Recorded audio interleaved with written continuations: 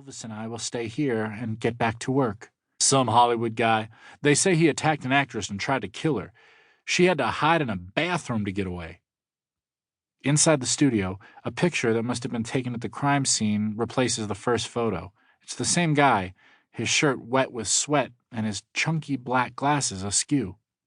I turn my attention to the task at hand. "You're sure this is going to work?" I ask Kat. "I keep forgetting that you never watch television," Kat says.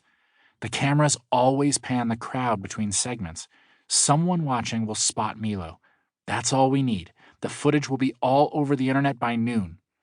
You have the projector ready?" "Yep." I lift the shopping bag in which digital Milo is waiting. "Don't get caught on camera," Kat says, pulling the bill of my baseball hat down. "I'll try." I grab her and kiss her. "Let's do this." There's a roped-off path that cuts through the crowd. I station myself behind a giant dad at one end of the square. Kat's on the other side, crouched behind a lady with a cloud of curly hair. I put the projector down on the ground. All it has to do is roll 60 feet in a straight line. I wait until the people in the crowd throw their arms in the air, then I turn Milo on.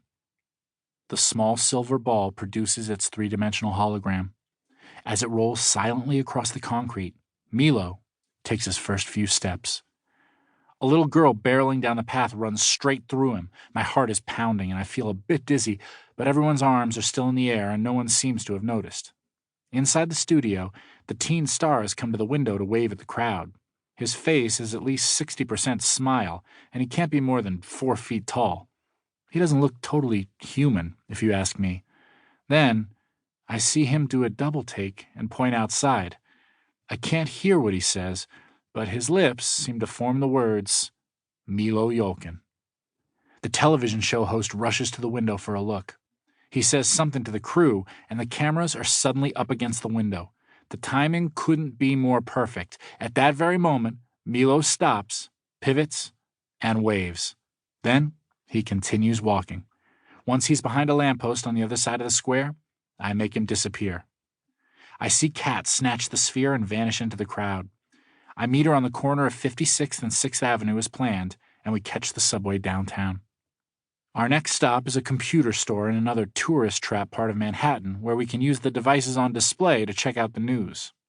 The employees are all too busy staring at their own phones to pay us any mind.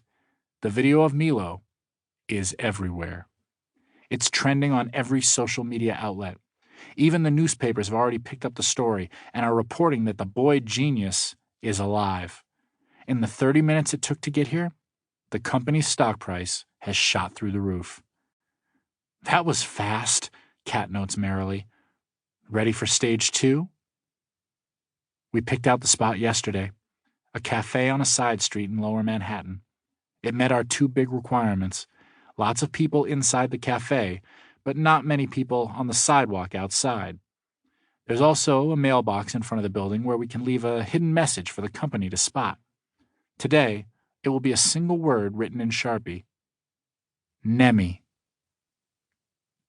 Kat and I loiter outside for 15 minutes, waiting for the sidewalk to clear completely. Then, standing out of view, I set the projector down on the sidewalk. Milo Yolkin appears, walking slowly past the cafe window. Once he's past, the hologram disappears, and Kat snatches up the projector on the other side. I'm starting to worry that no one in the cafe witnessed the show. Then, 2 people rush out the door, their smartphones in their hands. They look both ways, but Milo is gone. They're already typing away as they return to their tables inside. Success achieved. Kat and I head to another computer store, this one in Soho. 2 pictures of Milo outside the cafe are already making the rounds on Twitter. One is little more than a blur, but the second is clear as day. Milo Yolkin is already trending on Twitter, just a few places down from the homicidal movie director. "Do you think they'll notice our message?" Kat asks. I expand the photo. "Yeah, they'll notice. The word on the mailbox is perfectly legible. Nemi will mean nothing to anyone who doesn't work for the company. It's a deserted realm Kat traveled through during her time in Otherworld.